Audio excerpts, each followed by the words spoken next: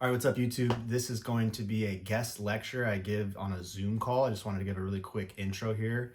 I'm speaking to a small private coaching community that a friend of mine asked me to do for him regarding the mindset side of golf, the mental side of golf. And so I'm going to answer some questions, have a little bit of, lecture in the beginning about who I am and my career with golf, and then just going to take questions from the guys. I believe it's junior golfers. I think that the guy that has me hosting this is a college golfer himself, and they're on right now, so enjoy the video. Hey Kevin, how are you? Hey Ethan, how's it going? Hi. Hey, what's up, Kevin? How are you? What's up? Good. How are you? I'm great, man. Thank you. What's up, everybody? I'm surviving.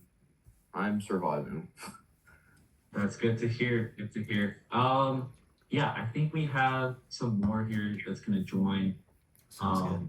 We'll give them like I think 2-3 more minutes. Perfect. Yeah. In the meantime, Alex, how's everything? Are you you're in California right now? I am. Yeah. How about you? I'm currently in New York, so Oh, wow. still very cold out here. Dang. Are you northern or southern? Southern California. Yeah, I'm from Ventura County. It's a little bit north of LA. I did live in Hollywood for a couple years as well. That's super cool. Yeah, okay. It's raining for us right now. It doesn't really compare to New York, I'm sure, for temperature, but it's wintry for California at least. No, I'm definitely missing the golf course, that's for sure. But yeah, I feel working with the simulators and okay. everything. But do you know what the have you heard of the Next Golf Tour, the simulator tour? Actually, wait, I think I have heard that. They partnered with TrackMan. It's a pro golf series that they're giving out like 150 grand for first place, as well as a live tour start. It's crazy. But it's all insane. Simulator. I played one about a year ago, and the chipping and putting portion, since it was all simulator, destroyed me. I hit a bunch of good shots, but shot like 90 because I could not figure out how to do the little 12-yard chips, and all the guys that are used to simulators did a lot better. Yeah, that is insane. Oh my god. Yeah, you should check it out. It's really cool. Yeah, no, I definitely will. You said it's called the NX? I don't know if it's NEXT or just NEX. I think NEXT. Yeah, Next Golf Tour. They're trying to kind of create like a world tour where even people that don't have good weather during the winter could still compete. That's pretty cool. No, hopefully, like I can even get into this. I don't even know. Sounds like people are pretty good in this league. So good. Yeah, it was mind-blowing to me. The scores the guys were shooting, they're just much more dialed with the putting and chipping side for sure, and understanding how to read the wind on a simulator. It's totally different than anything I was ever doing before. That's cool. Okay. Yeah. But yeah, Alex, I think what's it called? I think there are a couple more joining, but yeah. Don't want to waste your time here. I know time is pretty limited since you do need to go at 8. You said 6:50ish. 6:50ish. Yeah, I gotta run to hot yoga after this. I mean that's a good thing to go to. Yeah, I've been enjoying that. Yeah, I guess just to start, everybody, this is Alex. Alex, this is basically my Golf IQ Academy. Essentially, it's where it's a community of junior golfers that are looking to get better with their mental games and also play college golf. Luckily for you guys, Alex has done exactly that, and he also is a coach in the mental side of things. He's also like a fitness coach and also an overall golf coach. So it'll be super cool hearing from him. Just to get us started, I'm going to do a quick introduction of Alex. We're going to go into a time of prepared questions, and then the last 15 minutes, 20 minutes or so will be a time for you guys to ask me Q&A. But just to get things started, once again, he's a golf coach helping golfers with golf, fitness, mindset. He's a former 4-year pro golfer. Don't know all the tours that you played on, but I'll turn it over to you here in a second for you to introduce everything. But correct me if I'm wrong, by the way, about any of these things. Sure. But you played college golf at Cal Poly. One of your lowest rounds was a 63, which is 4 shots lower than my low round, so that's pretty cool. And on TikTok, I saw you had a bunch of followers, 1.4 million. YouTube got that going. Instagram 40,000. I mean, pretty crazy resume on Alex. Social media star, golf star, you name it, he's done it. But I do think I want to pass it over here to Alex so that he can introduce himself too. So yeah, Alex, Cool. take it away. Thanks, man. Yeah, I appreciate it, Kevin. Yeah, no, that was all accurate. I was a walk-on at Cal Poly San Luis Obispo, which was a Division I school out here in California. Took me a while, took me 3 years actually to walk on, which was really exciting when I finally made it. I wasn't really like a blue chip player coming out of high school, but just kind of grinded away at it. So happy to, since you guys are in that phase going from high school to college, we can break that down as much as you want. And then after college, my plan was to turn pro right away. I graduated in 2014, and then I had an injury to like a joint on the inside of my collarbone stall me for 2 years. It kind of came out of nowhere. It was not like I fell and hurt myself. It just was like a degenerative joint. So that was kind of the first obstacle on my journey that really challenged whether or not I was going to be able to play golf and keep the dream alive. But I went through stem cell injections and some pretty gnarly medicine for about 2 years. Didn't golf, didn't work out, and eventually did get to start playing in 2016. And so off and on for about 8 years, I traveled around playing mini tour golf. 4 years on the Dakotas Tour, which is a Midwest tour. I played 5Q schools, one for the European Tour in Italy, one for the Corn Ferry Tour, two for the Latin Tour, one in Argentina, one in Florida, and then one for it's now called the PGA Tour Americas. It's the combo of Latin Tour and Canadian Tour. Didn't make it through any of those, unfortunately, but I had 3 professional wins, nothing major. Never got on any like Corn Ferry level tour, unfortunately, but got to play a lot of golf, got to travel the world, learned a lot about myself. And throughout that process, the silver lining was the content. Started telling my story and kind of trying to document the journey. I thought it was pretty interesting life I was living, and my peer group of other pro golfers were all really inspiring guys, and tried my best to put the camera on them too, and did a bunch of interviews and stuff. And there's never been anything super explosive. It's just kind of been a slow grinding process, but when you add it all up over the course of years, it does turn into a pretty cool life. And I'm super grateful for everything golf has given me. And at this point, a little more coaching than competing. The last thing that I played in was last June. I was trying to get on a tour, the PGA Tour Americas. And once that did not go successfully, I decided to just hang it up, at least for a little bit, and focus a bit more on content. It's super difficult to do both. I felt like I was okay at both. I could play decent golf and make a decent, dent online, but never was going to become like top tier at either one of those unless I picked one lane. And the pro golf is just like unbelievably expensive, and content is actually profitable. So that's kind of where I'm at right now, but would love to get back into it someday if I save enough money up. 100%, dude. And I think I saw one of your videos actually. It was talking about the expenses of playing college golf or expenses of playing pro golf. I think that video had, a bunch of views, and that's one of the videos that I saw personally. Mm-hmm. And so actually one of my first questions, just to start stuff, and then sorry, is it cool if I record? I know Yeah. No, asked do your before, thing, brother. but Yeah, absolutely. totally fine. Okay. Yeah. Perfect. There's actually a few that wasn't able to make it today, but Okay. hopefully this Recording in progress. is good. But Cool. yeah, just want to ask. I mean, since you did play pro golf and have experienced, a lot of it, Mm-hmm. just wanted to ask, what do you think was the hardest part about playing pro golf? I know, it's a pretty big first question, but just wanted to address that. What do you think was you would say the hardest part about playing pro golf?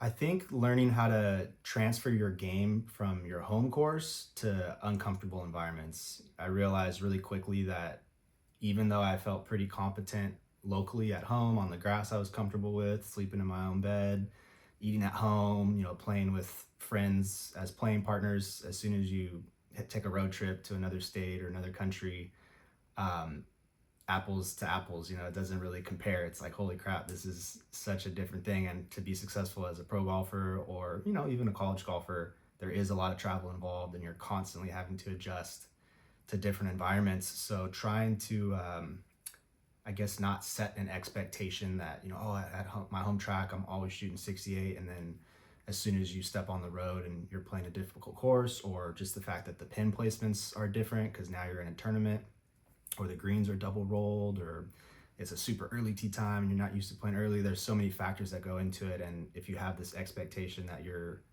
this type of player because that's how you are at your home course, and then you take it on the road expecting to do the same thing, and you underperform in comparison to that, it can put you in a negative headspace that isn't necessary, because everyone else is in the same position too. No one's comfortable on this course. No one's playing as well as they are back home. So it doesn't necessarily take you out of the game just because it's not your best. You just gotta, trying to develop a game that travels is something I still never figured out. But the best in the world, that's what they're really good at. No, 100%. And yeah, it's definitely tough. I think even these high schoolers, right, they're going on the road. I think Aria, you have a tournament here pretty soon. I think she's going to Arizona all the way from New Jersey. So Wow. I think that's definitely good advice. I think even at the high school level these days, right, you're trying to play in all these national tournaments where college coaches are looking. And so you're having to travel so much. But I think that's great. Just wanted to ask too, I mean, what did a weekly practice schedule look like for you when you're playing pro golf? I know it differs, week to week, especially if you have a tournament, especially if you're traveling. But say, you have maybe like 3, 4 weeks where you're at home. Mm-hmm. Your next tournament's in like a month. What would you say was kind of like a weekly practice schedule for you? Or was it just kind of like something where just kind of, one day I'm just going to practice this, and another day I'm going to do that. Yeah. Or did you have something pretty set? I was just curious what that looked like. Yeah, good question. I tried to actually do the same thing, and I think if I had done more of that, I probably would have got better. Whenever I left things up in the air and just kind of like took a random call from a friend to go hit a bucket there, or met somebody on the putting green late to do this there, similar to everything else in life, when you don't have like structure and organization and routine, you kind of just float with the wind, and whatever's going on in your environment, you'll just wind up doing that, and it's not always the best thing for you. So I seem to, thrive the most when I had a set structure of hitting balls at Westlake, which was where my coach was, and there were a couple coaches underneath him. So it kind of always got to be around guys that knew what was going on with the swing, posted up there with a couple other good players usually. So we'd hit like 2 buckets in the morning, get there usually like 8 a.m. Not ripping through it super fast or anything, kind of just, participating in the other lessons going on. This was George Kankis, so he always had like a big, a whole crew of people were there teaching and stuff at the same time. So it's fun to be a part of that energy. And so I would, milk that for the first couple hours in the morning, go to lunch with everyone, and then usually we'd wind up playing 9 somewhere after that. He would go back and teach, and we would try to, whatever we were working on in our swing that morning, maybe see if we could take it to the course and have it hold up.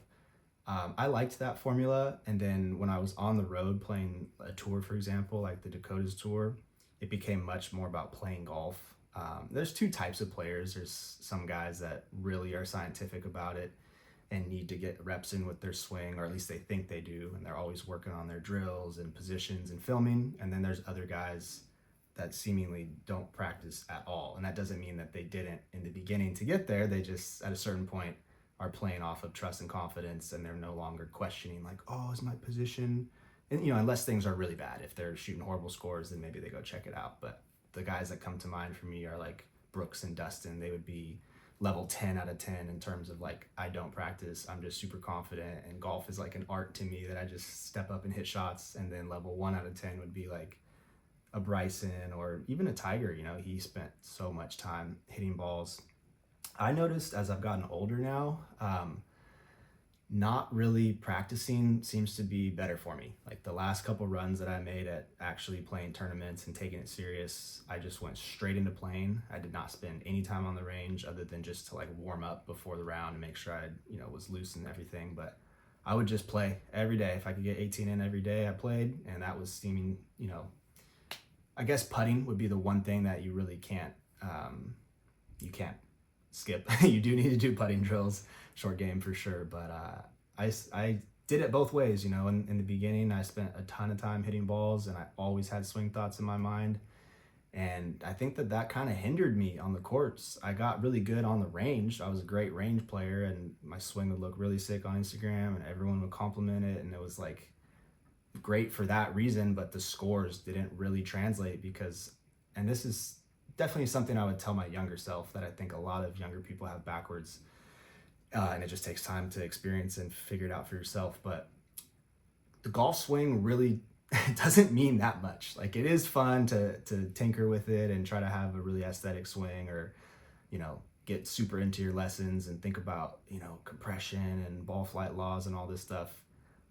Most of us have a natural swing, and unless you have like 2 years to devote to a swing change, it won't show up under pressure. So you might be able to do it on the range, and you might be able to do it with your coach, and you might even be able to do it in some practice rounds. But when if our goal here is to be a competitive golfer and we're going to constantly get in situations that ramp the pressure up, I don't know anyone that doesn't revert back to their natural tendency, whether that's laying the club off or having some trigger before you take it back, like whatever the thing is that you've been working on with your coach and trying to change. It takes years to, hundreds of thousands of reps. Most of us are probably not going to get there, and we'd be better off to just, lean into whatever the quirks are about our swing and focus on our matchups. So what can we do to get the club face square at impact and have consistent ball pattern, whether that's club fitting or a posture change at address or teeing the ball higher or lower. There's so many fixes or like tweaks we can make before we get into like, okay, I need to change the entire plane of my swing or my entire release pattern. Because I tried it. I spent like 2 years with George working on this insane swing change, and it did look sick on the range, and I did hit it really, really good. There were times where I was like, damn, I don't know where I'm leaking strokes in terms of ball striking. It's looking pretty good, but it didn't translate to tournaments. And now that I'm, I don't have as much time to put into it as I used to, and I rarely do anything other than just tee it up and play. I'm shooting the same scores, if not better. So I'm like, okay, what was all that extra effort for, man? Like, wasted a lot of time and energy getting in your head with swing thoughts. So, and I'm obviously not the best player in the world, so that could be a flawed opinion. But at least for me, it seems like you'll get more out of your game just playing the game than you will grinding on your golf swing on the range. Yeah. I think there were a lot of really good nuggets in there. The first thing you were saying that really stood out to me, I think, was we were kind of talking about the levels, right? Where it's like, okay, level 10 is Dustin, and it's like the Brooks Koepkas of the world, and you have the level 1s, right? Bryson DeChambeau's, and then you said even the Tiger Woods of the world. But I think something that they all have in common though is that when they are on the course, it's like you can tell that they have so much trust in what they're doing. Mm-hmm. And I think the common denominator is trust, right? It's like when you're out there, when you're thinking about 5, 6 different swing thoughts, I mean, you could maybe work with that, just as long as you trust in what you're doing, and when you're over the ball, like you know exactly what you're trying to do. I think a lot of times, right, swing thoughts hinder us because we start that introduces doubt, right, in our minds, and that's I think the worst thing you can do on the course. And so, yeah, that's exactly what we talk about in here is how can we simplify golf so that we can make it easier for us when we get on the course, play to our natural ability, and play our best golf possible that way. Because I'm a big believer, right? I also experienced it firsthand that when I actually stopped focusing so much on my golf swing, like that's when I started getting a lot better in terms of on the golf course. And the goal in golf isn't to have the best swing possible. If that was the goal, Adam Scott would probably be the #1 player in the world, right? Like that's truth of the matter. But if you look, it's you know all these players, right? I mean, maybe besides Rory, obviously it's he's just pretty swing and he's a great golfer. Yeah. But yeah, a lot of these guys have some weird golf swings, and yet they're performing at the best in the world, right? So it's very interesting to see that and to see how that's playing out right now. And I think, especially in junior golf, right? It's you get told like, you need to get a swing coach, and then with a swing coach, right, all you're doing is working on your swing, swing, swing on the range, grinding, go out to the tournament, and you don't know what to do because it's like you just been working on your swing the whole time. You haven't been learning how to play golf. So I think that's definitely something that you said that I really resonate with, and definitely agree. Yeah. I did want to ask, right, from your experience, a lot of these junior golfers, right, they're currently in a season right now where, if you're living in the Northeast, it's like it's tough to practice. And Right. you know, for them, they're just kind of wondering, right? It's like, what should I be working on? Slash, in my practice sessions, how can I make it effective, right? So that when I go on the course, um, I can actually play pretty solid golf instead of going out to the practice range and just whacking 7 irons. Like, how should I be kind of structuring practices so that I'm working on what actually matters? Hmm. So if you could just kind of get into that, that'd be great. Yeah, definitely. I think this is pretty pretty beginner level that probably most of you guys have heard before, but a lot of times we need reminders more than we need new information. The new information is high dopamine, and it's exciting to think of maybe we found a hack or a shortcut. But I think you know everyone says it that you don't want to just hit a bucket of balls to the same flag with the same club, or just do brackets of 29 irons, 27 irons, because that doesn't replicate on course golf at all. And I have to agree with that.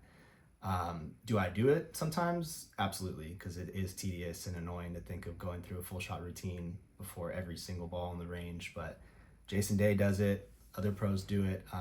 There really is something to be said for trying your best to replicate what you would actually do in a round of golf with a putt, with a chip, with reading the green, with shooting a yardage on a flag on the range, and then taking your practice swings and stepping into it, visualizing the shot. There's something to be said for that, even though you'll hit less total shots in practice. I think, if you're not going to do your entire practice that way, at least challenge yourself to do a portion of it where you do, maybe get warmed up, going through the bag, hitting all your clubs and getting your body loose and ready, but then at a certain point, play a little game with yourself and try to actually hit the flags, try to actually shoot numbers, try to alternate between driver, swing, and wedge. Do things you would actually do on the course, maybe a par 5 sequence of driver, hybrid, chip, or maybe a short par 4 sequence of driver, wedge, or hit a couple long irons off tees on the driving range. Just think yourself through different scenarios that you actually have on the golf course, or if you're going to go play a round of golf that day, that's always a good way you can finish off your warm-up, is playing the first 3 holes on the driving range.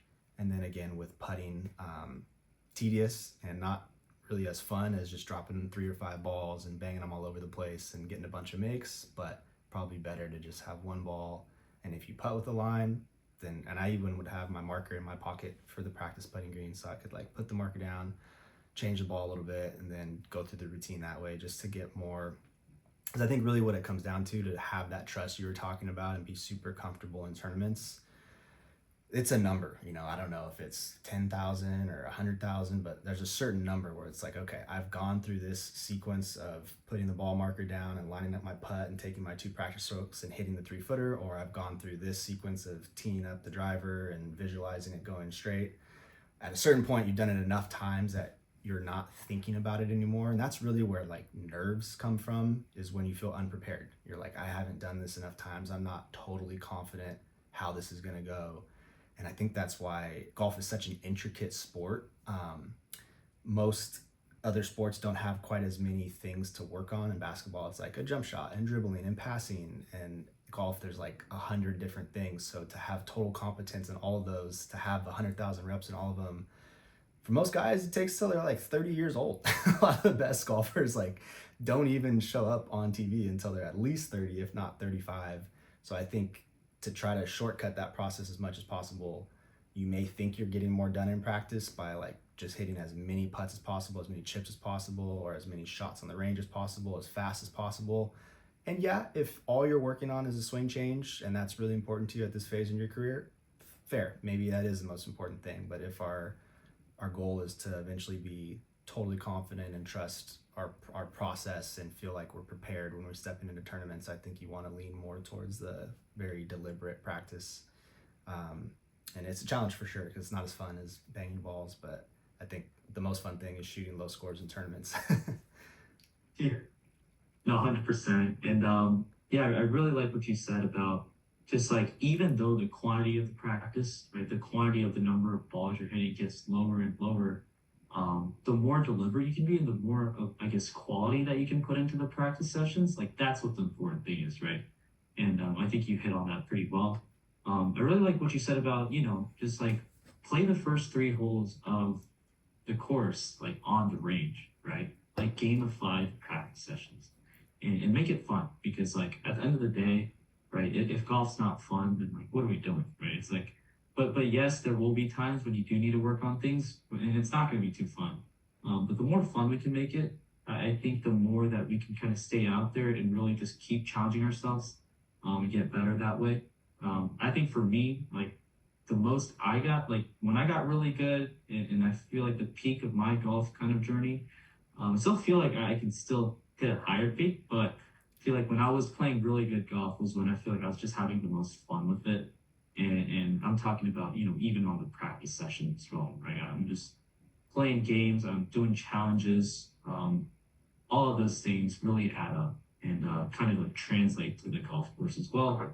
So really love that answer. And just like shifting gears a little bit, um, you know, Alex, you went through some high pressure tournaments, obviously playing pro golf. Mm-hmm. Won 3 tournaments. I mean, that's first off, congrats on that. Thanks. But just wanted to ask how you managed that pressure and what were some things you did on the golf course, maybe it was outside of the golf course, that got your mind right for these tournaments? As junior golfers, right, it's pressure is one of those things you experience not only that you put on yourself, but you feel pressure from your parents, right? You feel pressure from, external things like, I don't know, your playing partners, whatever it is. Um, that's something that we struggle with a lot. And just wanted to hear kind of your thought process and how you manage that, especially on the course and outside the course as well. Yeah, definitely. The most powerful thing for me was also the most simple, which was this little breath technique. When I played my very best golf, I leaned on this like a crutch, 6 deep breaths before every shot, every drive, every iron shot, and every putt. I just had to like clear out. So it's just literally in and out. You can do it through your nose. Sometimes if there's like no wind at all on the golf course, it might be so silent out that you would be afraid of like making too much noise, breathing really loud. But if it's windy or there's other noise, I would prefer to do it through your mouth. So it's like, so it's just like a very deep inhalation, exhalation with no pause at the bottom or the top. And something scientific for why it's 6. I don't even know who told me that. I think it was this guy named Aubrey Marcus, who's like a health and wellness expert. But 6 deep breaths, it changes your brain chemistry and it oxygenates your blood and brain.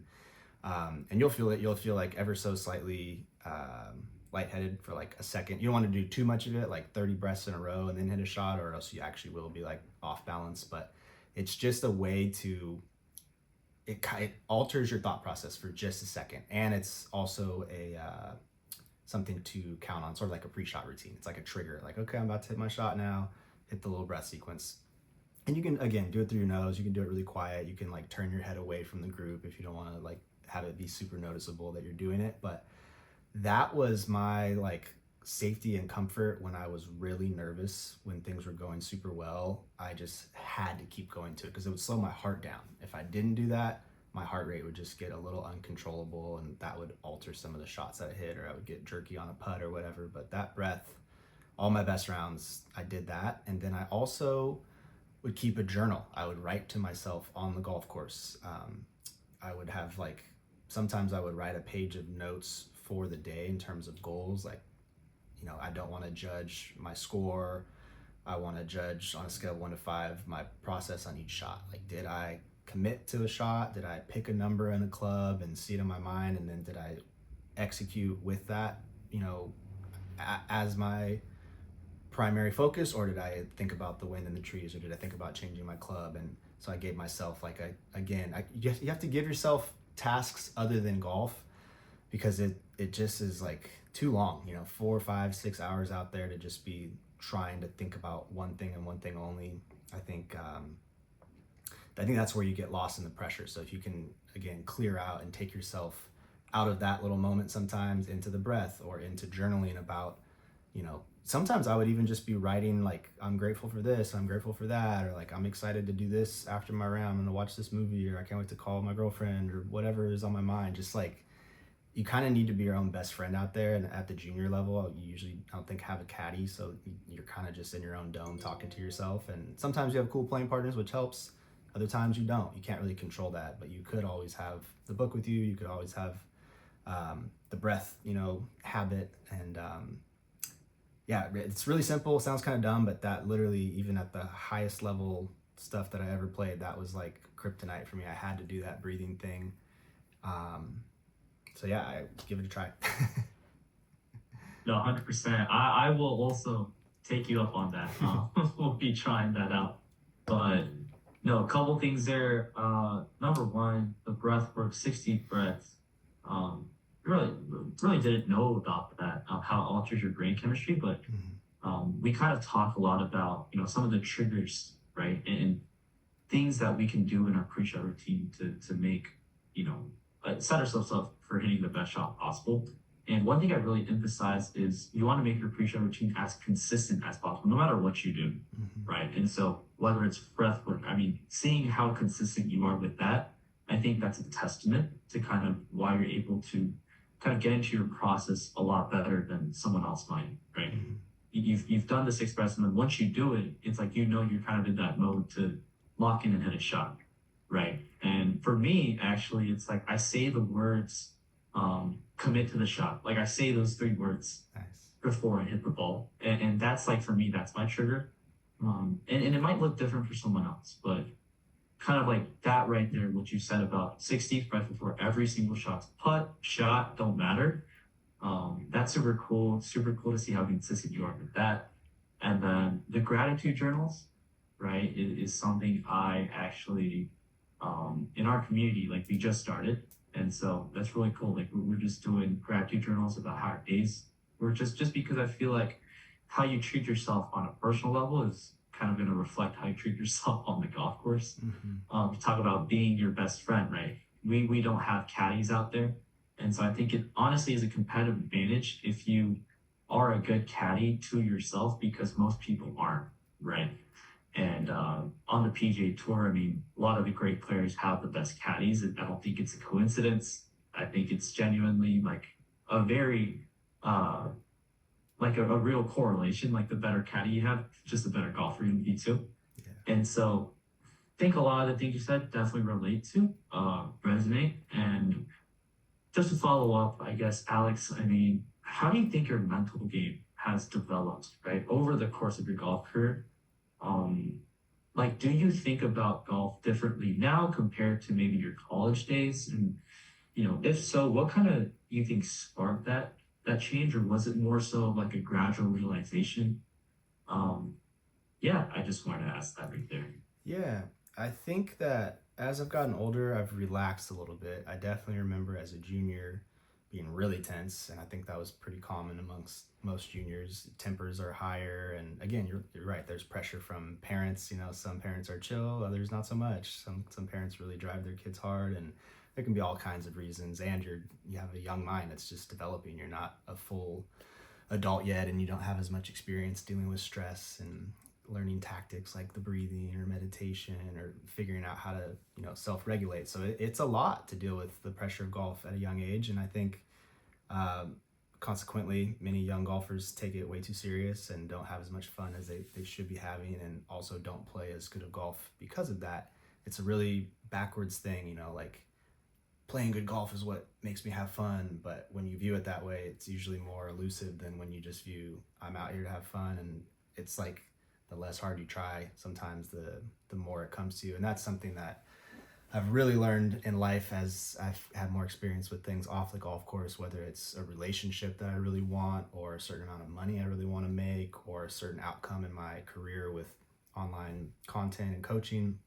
The more you need some particular outcome, I need to shoot a 75, I need to make the cut, I need to qualify for this team, oftentimes it pushes it away. It's like this repellent energy of being too needy. And that's not to say that we don't want to be enthusiastic and energetic about our goals. We absolutely do. But trying to find a way to do that in our preparation and practice, like be obsessive about the gym, be obsessive about how much you focus on your pre-shot routine on the driving range, and how much you visualize the night before the tournament, each shot you're going to hit, and how you know, how focused you are on writing your game plan for yourself. Like those are the things we want to be obsessive about and really apply max energy to. And that's what allows us to be totally confident and step to the golf course in a tournament and just relax and be like, okay, I've done everything I was supposed to do. And now it's like, I'm going to get whatever outcome I'm supposed to get.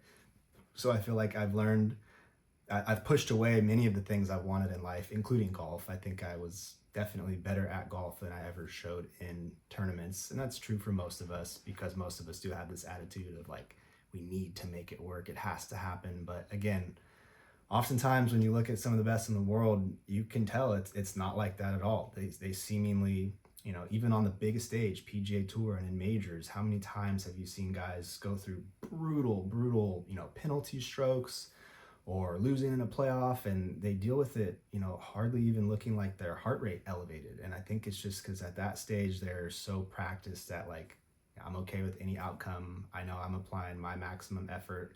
So there's really nothing more I can do. All I can do is control myself and let the chips fall where they may. So as I've aged, I think I've learned to just kind of like take it off the pedestal, take the results off the pedestal. That used to seem like the most important thing. It's totally not anymore. And I used to derive my value as a human from those results. But again, that's out of your control. There's a ton of other players in the field. There's weather, there's course conditions. There's no way you could accurately predict who's going to win a golf tournament just based on who deserves it the most from how hard they've been working. There's so many factors. So if your entire life is based on the results you get, validating or invalidating your worth as a human, you're going to have a really hard time. And I did have a really hard time. That was how I was for many, many years, but I am starting to get a little bit more relaxed about things and a little bit more like happy with myself as long as I just try my best and as long as my attitude is good. So I think, and I get it that a lot of this just comes with time. It's not like you can flip the switch as a teenager and have that attitude. You're going to have to go through your own experiences and come to that point on your own. But certainly, a lot of what I'm trying to do in my coaching is speak to the younger version of myself. And it seems like this is a group full of some younger golfers as well that probably are going to go on a similar path to what I went on. And that would be a huge thing at your age, speaking to me now, or, when I was younger, if I could have spoke to myself now, that would have been the thing. Like, dude, just relax. It's going to be fine. If it'll work out, if it's supposed to work out. And if it doesn't, that means there's something better for you anyway. It wasn't supposed to be that way. But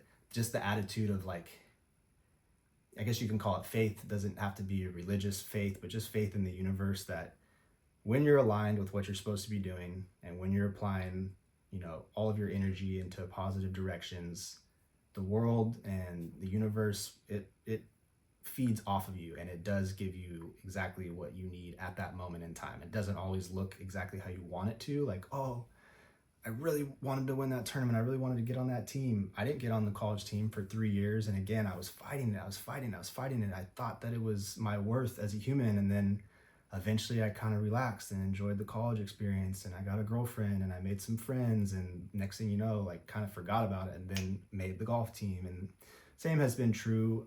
My first pro win, that was after 2 years off. I did not even golf for 2 years with that collarbone injury. And then within a month of finally getting cleared to play again, I played my first pro tournament. So was never practicing, literally a month, back after 2 years off in a pro tournament, won. And were some like current PGA Tour players were in that field. And I think that was just literally attributed to being so like, I had no expectations. I'm just happy to be here. This is so fun. I get to see my friends again. Like I'm moving my body. How sick is that? I didn't think I'd ever get to do that again.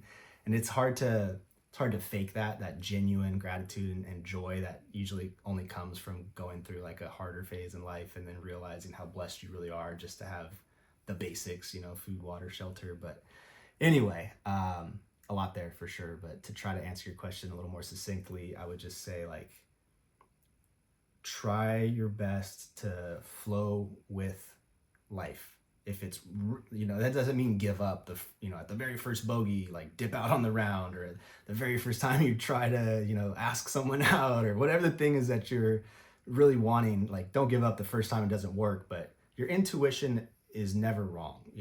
You have these gut feelings throughout life, and the older you get, the more you'll realize what that feeling is, and it's pointing you the right way. There's always a North Star, and you can tell when it's time to pivot or when it's time to try harder. And I think a lot of us, our whole lives, we're trying to make our plan work and we're ignoring the natural flow of life that makes our experience harder than it needs to be. So sometimes something not working out is actually a blessing. And so we don't have to label everything as good or bad. A poor round of golf or a miscut in a tournament isn't necessarily the end of the world. It could be for any number of reasons that we don't see the full picture. We don't have a crystal ball to watch everything happening in the universe all at once. But as long as you're good with yourself and you're doing positive things in your life, I believe that karma is like this reciprocal thing, and it always comes back.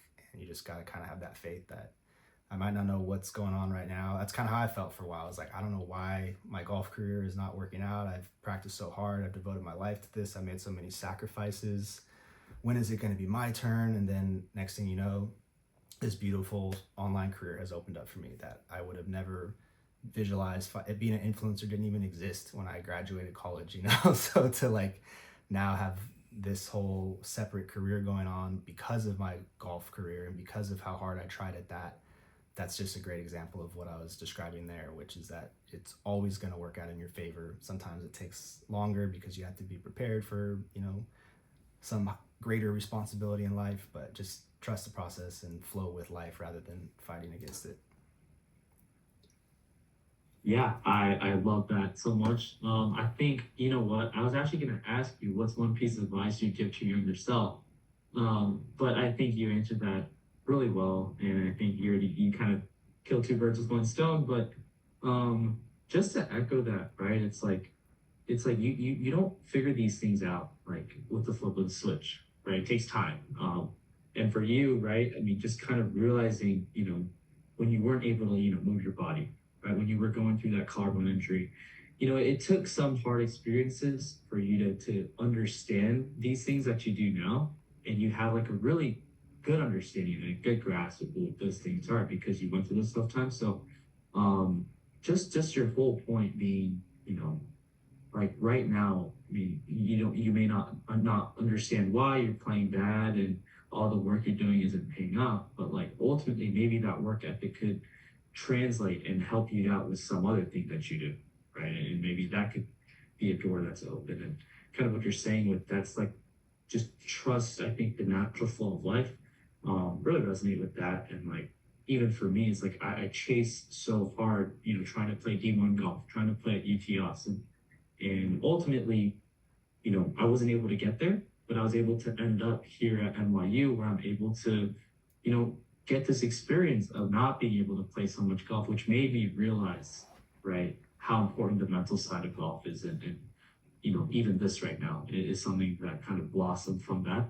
So all that goes to say it is detaching from the result is very important. You know, Even if you shoot a 90, not the end of the world. Like there's always something to learn from those bad experiences. But yeah, Alex, I think that's pretty much all I got for the prepared questions. I know there's only 7 minutes left that Alex has to share with us because he does have something after. Um, but just gonna open up this time for you guys to ask him any questions, whether it's about his pro career, whether it's about anything with the mental side, whether it's about practice schedules, practice structure, what that might look like. Really anything that stood out to you, maybe something that you resonated with, you could kind of share with him. But yeah, this is y'all's time to ask him anything, share anything. Um, and so with that being said, yeah, you guys can kind of just unmute and then just start asking questions. Yeah. Hi. So first off, thank you for coming to speak with us. So you talked about, I mean, you kind of did, talk about a little bit, like, life might have other plans for you. Mm-hmm. But one thing that you talked about, you went through like 5 Q schools and you didn't, I believe you said you didn't make it through any of them, which, I mean, I don't know, maybe it like varies from person to person, but you might have had at least a little feeling of like shoot, like I didn't make it through this. Like what now? So, and that was still earlier on in your career, and you talked about how you were learning about all this, like, kind of later, like more towards now. So how did you kind of deal with it then? Yeah, no, that's really perceptive of you. I did pick up on those signs, and I did kind of step away from golf a few different times. I was like, all right, I think this is just not right timing for me. I'm going to do something else. And I would dive really hard into content. So 2019, 2020 was my first like retirement from golf. And I started doing TikTok in 2020, and that worked really well for me because the world was shut down for like 6 months. So I moved to Hollywood and was like, oh, there's all these content houses. I think I'm going to live in one, and total pivot. And then, there was also this like the fire inside of me had not been snuffed out yet, because I was like, well, that was just because of COVID. It wasn't like I decided I was going to quit golf. The world kind of decided for me, and I don't think I'm done yet. So then I went back to it in 2021 and 2022, and then started doing again really well on social media with bigger brand deals, and started thinking, okay, Q schools aren't working out. Maybe we move back into this lane. And to an outside perspective, that could just look like, wow, this kid's really indecisive, or he doesn't know what the hell he's doing. But I think it's just me trying to do exactly what I'm coaching you guys to do, which is listen to your own intuition. And when things feel like you're being called one way or another, move that way. And sometimes that changes over time because you learn new information, or new people come into your life, or the way the world's working now, like new careers open up. Like being an influencer didn't even exist, and then I'm sure the next iteration of social media careers that doesn't even exist now, that'll be happening in 5 years. So you do kind of have to be like perceptive to how the world is responding to whatever your mission is. And yeah, if it doesn't seem like it's working out, don't be afraid to pivot. But yeah, I think that's a good question you asked, and we can go a little bit longer. 6:55 is like the absolute last minute I can be here, but we still do like another 10 minutes. Yeah, did that fully answer your question, or was there follow up on that? Yeah, all right. Yeah, I had a question about just like the gym. Mm-hmm. So like you being in college and pro golf, how important like was the gym and like how often did you go, I guess? Yeah, for me, it's been really consistent since I was like 13 or 14 was when I decided working out was like, Kevin, that was when I decided working out was like a must. And it's twofold. Like, does it help your golf swing and game? I think so. And I think more and more guys are starting to side with that. Maybe 15 years ago, it was like somewhat debatable. And there was a handful of people that were like, it's bad because you want to be really loose and flexible. But I think damn near every, top player coming out of college now has a frame that looks more like a baseball player, or more of a traditional athlete. But I was kind of earlier on that wave, just watching Tiger. He was like the role model, before there was Rory and before there were any other guys that were super jacked out there. It was always Tiger. And again, it was twofold for me. One, I do think it helped my game, but two, it helped my mind, because for me, confidence is like a 1-to-1 correlation with the gym. It's super hard for me to be my max confidence in life with, social media and the way I speak, the way I carry myself on the golf course, all arenas of life. If I don't lift weights consistently or do some form of working out, maybe for you it's running or biking or swimming, but pushing myself on almost a daily basis is like a non-negotiable to feel good about myself. If I take like a week off, I feel like crap. It doesn't matter like what all is going well in my life. If I lose the gym, I could be the happiest ever and I'll be depressed within like a week. Now that may be more extreme for me than other people, but I do think it's hard to argue that you don't get a lot of good serotonin and like feel good chemicals from consistently working out. But yeah, I really do think, especially moving into college golf, where I don't know if all divisions are like this, but at least D1 tournaments would be 36-18. They would try to really compress and minimize how much school time you would miss. So they would make you play like practice round, and then 36 on day one, 18 on day two. And same with qualifiers. Coach was always stacking together 36-hole qualifiers, and you had to walk, no carts at that level and no caddies. So it was a pretty demanding sport physically, and I also just felt like I could hit more balls and like practice longer. My low back wouldn't be as tired from standing on the putting green for 2 hours. Like if I was constantly squatting, constantly doing, so anyway, I was super into it, and I tried to push my teammates to be into it, and I've maintained that enthusiasm for fitness for my whole life, and I feel like it's a lot of what I have in life has come from that. I just feel like, and I get it at a young age, like it hasn't, not everyone works out yet, and some people almost would argue at the young teenage years, like maybe you shouldn't be working out because your plates are developing. I'm not a doctor, I don't really know how that works, but I do know that, like, especially as a man, the way others perceive you is just different.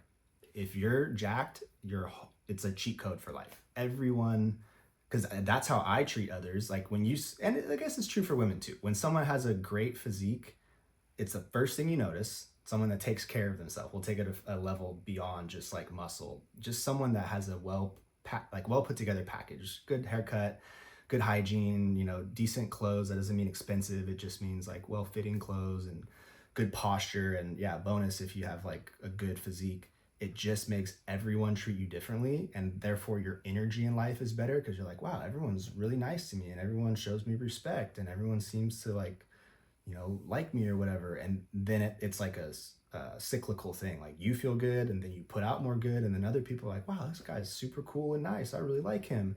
And it's just this like positive upward spiral that literally starts with you every morning being like, okay, I'm gonna go do some push-ups, or I'm gonna get in the gym, and today we're gonna run 2 miles. And it's literally like, I just went through it starting in mid-December. I had a horrific breakup last year, which I know probably sounds silly, but it was like the most devastating thing in my whole life. It's why I quit golf actually last June. Fell off everything, didn't really work out, didn't really do anything to take care of myself. And then in December, it was like, okay, bro, enough is enough. Like you have not only yourself that you're letting down, but many other people. Like get back on it. And here we are, like 7 weeks later, I don't even know who that guy was. And it's because I've been in the gym, I've been doing hot yoga, I started doing boxing classes. Like I got way back into it. I had no clue what else I was gonna do. Like, what is my career gonna look like? Where am I gonna live? Like a new girlfriend, all those things. I was like, we can deal with that later. First things first, let's just get jacked again. And little by little, everything else is working out. And it's just like oversimplification maybe, but I don't think I could recommend anything more highly than just like getting a gym routine going. Doesn't have to be crazy. Just start where you're at, push-ups, pull-ups, that works, and you'll build from there. I have a question real quick. Yeah. What do you think the main reason is that you didn't make it through Q school? Yeah. I think I was underprepared every time. It's very expensive. And again, I funded my career through social media. So it wasn't like I had country club backing. I actually was getting brand deals, but they were paying me to make content. So I would, get funded by a clothing company and a supplement company and a gym to go play on this tour or go do a Q school in Italy. But then I also had to be working full time through that experience to document it. And I never had enough extra money to just like pay a filmer, editor, producer to like do it all for me. So I would be out there totally split attention, filming every day and trying to do interviews with my playing partners, and then staying up till 3 a.m. editing at night. So I never really went into a Q school or any tour experience for that matter with like a clear mind and well rested and like having led up to it for months. I would usually get backing kind of last minute, like a month or two before some major thing like a Q school, and then just kind of cram it all together and try to scramble and somewhat prepare, but also tell the story of doing that and get really obsessed with the content. And whether or not, that was the right way to go about it, I don't know. That was the best way that was the only way I could really give myself the opportunity to chase it. I didn't ever have enough money in the bank to really be a true pro golfer and like not do anything but play.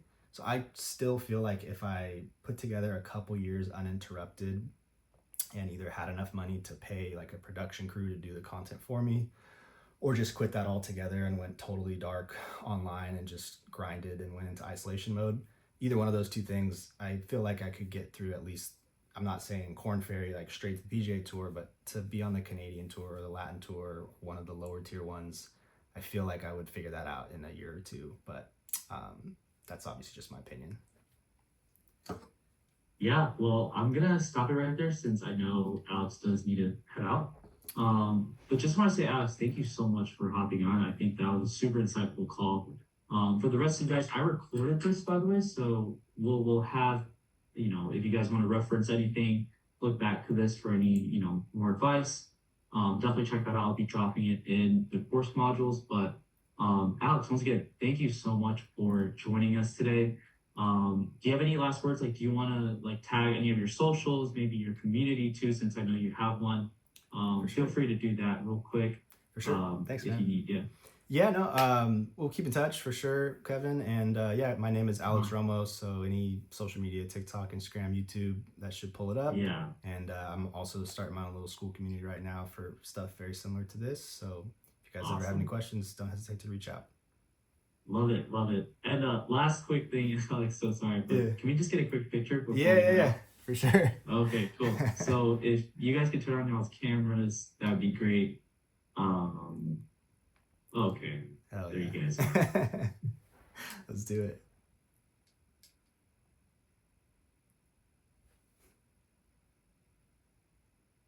It's a good idea, bro. I like that. Thanks so much for hopping on. Alex, sure. Thanks so much for joining. And we'll see you guys soon. See you guys. Take care. Awesome. Thank See you. you. You're welcome. You're welcome. Good luck, guys. Thanks, Alex. Best of luck. All right, guys. Hope you enjoyed that. That was a really great group of kids. And Kevin, the host. So go ahead and leave a like and comment on this video if anything jumped out to you that you had questions on.